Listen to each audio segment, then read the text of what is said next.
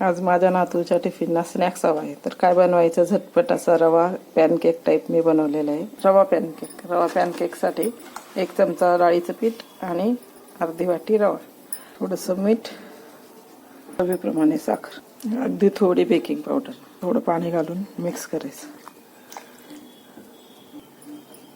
थोडं अजून पाणी घातलंय. बेकिंग पावडरमुळे पॅनकेक फ्लफी होतो छान. टिफिनला स्नॅक्स हवं आहे, त्यामुळे मी असं छोटंसं पॅनकेक कसे बनवण्याच्या ऐवजी मुले आवडीने खातात. यात मी टुटी फुटी घातलेली. यात आता हे बनवायचे, मुलांना जे आवडेल ते मुलं खातील. असं गाजर खात नाही ना. झटपट किती छान तयार झालं.